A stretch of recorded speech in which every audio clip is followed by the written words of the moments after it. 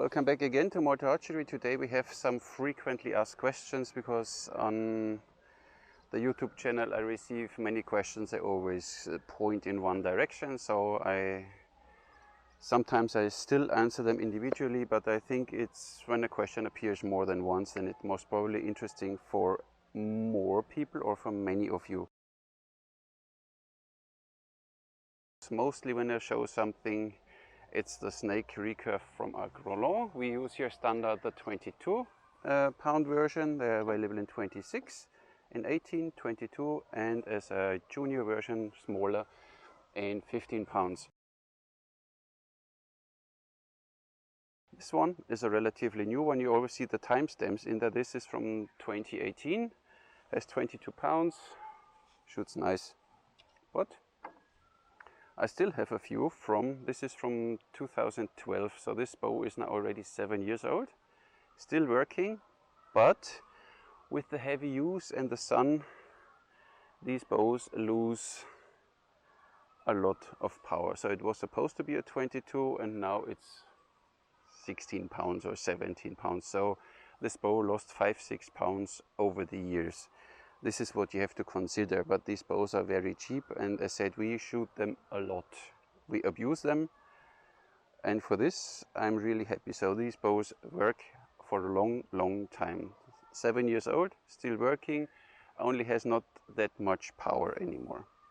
And yes, of course, you should always unstring your bow, so you don't store your bow strung, because with these bows you even more lose poundage. The new ones, as said here, the 22, new, no problem. We had a few broken ones.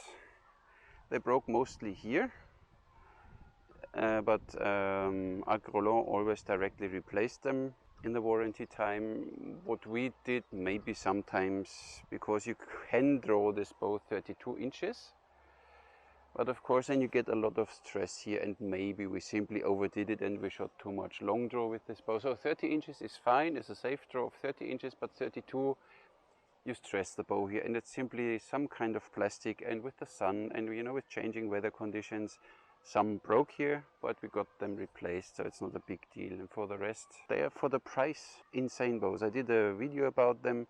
You have it ambidextrous, is better for beginners. I don't shoot from the bare hand. They have still an arrow shelf, so if you shoot Mediterranean, if you shoot thumb release, let me show you. Mediterranean, 3 fingers here, works nice.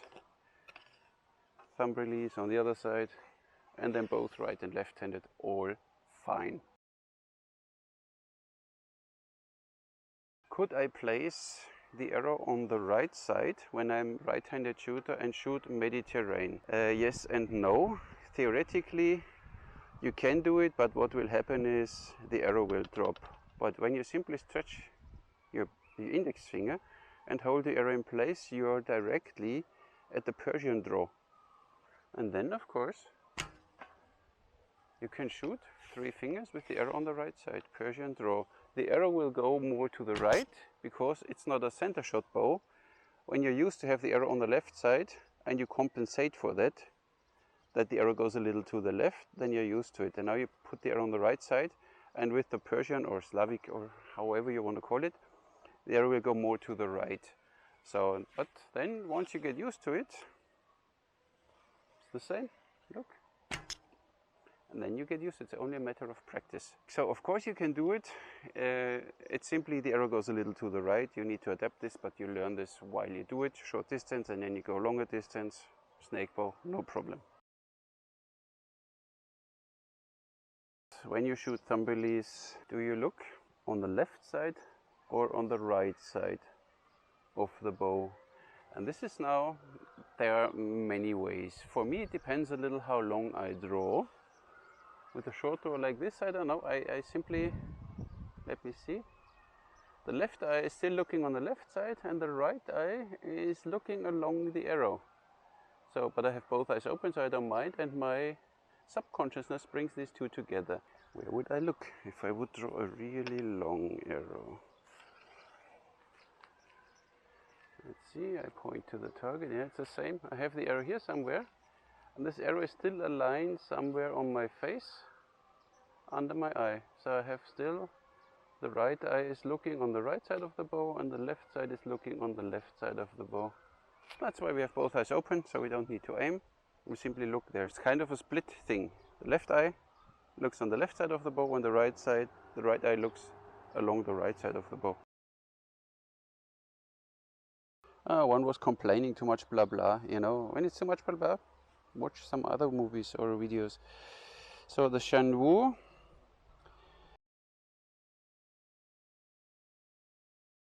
Stupid question coming up. Firing multiple arrows at once, how ineffective is it, and more importantly, would it damage the bow? So the first thing you want to see that the part where you can place arrows is here quite narrow. So if you shoot now, let's say 3 fingers, of course you can shoot multiple arrows in one go. You saw this old Indian movie, they shot even more. So then you have here 3 arrows, you line them up and you shoot. That's no big deal, but so with this bow it's really horrible, so you don't want to do this with a Shan Wu. Theoretically possible, but you see already that the upper arrow is on the fade out of the limb, so I would not do it with the Shan Wu.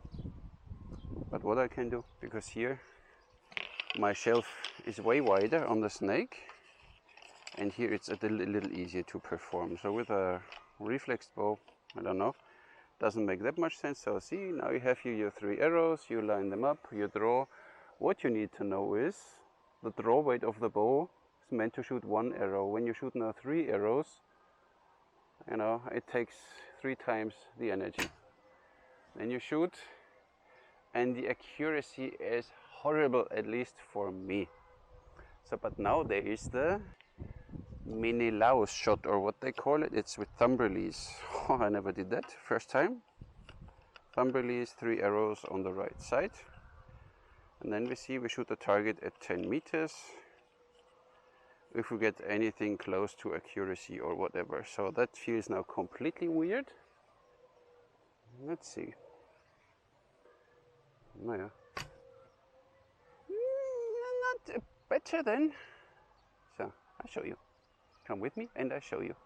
So the left target was the one I shot 3 fingers, 3 arrows. You see that? Boom, boom. The right target, 3 arrows, thumb release, mini Laos shot on 10 meters. One more time, the mini Laos shot. Now we shoot 20 meters, okay? But it's only a 22-pound bow, so forgive if it's not overly. When you shoot a stronger bow, most probably it's better. So 3 arrows on the right side, thumb release. It's a pain in the butt, I tell you. So, takes a little, but mini Laos were surely better than me. So, let's see what we get on 20 meters.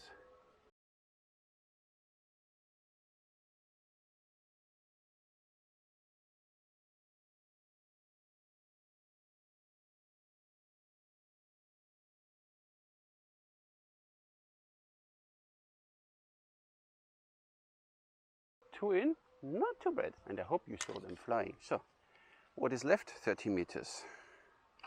Now it gets really ballistic with a 22-pound bow, so you should shoot something heavier. So, mini Laos on 30 meters. So multiple arrows in one go at 30 meters. Still, 2 hit the target, 1 was a little off. So they fly quite nice, you saw that. When you shoot them on the left side, Mediterranean style, they spread more. So you have a little more control when you shoot multiple arrows, thumb release. It's not too bad. 2 there and 2 over there. With a little practice and a little stronger bow, no problem. Look at the tips, they point all over the place. So for me, important that you line them up nice here. Then you line the tips up nice. Now like this, and then we shoot. You see the group? You see it?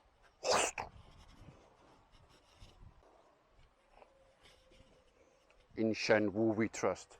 Directly group on 10 meters, or roughly a group. So if you practice a little more, you get there. I don't see any reason why it should harm the bow, because it's like you shoot a very heavy arrow. Harmful for a bow is when you shoot 2 lightweight arrows, which will not happen when you shoot 3 or more at one go. So, but you could shoot, of course, now when you have a heavy bow, you could shoot 3 a bit more lightweight under the normal recommendation of the bow builder. Let's say this is 10 grain per pound and it's 50 pounds, so you would need to shoot a 500 grain arrow. So you could shoot 3 arrows now with 200 grain or something. I might do another video about that, but not today. So that's all of the frequently asked questions for today. I hope you found it interesting, entertaining, or I don't know. Simply let me know in the comment section below if you have any other questions. I will collect them again and do another frequently asked question. Thank you for watching. I catch you in the next one.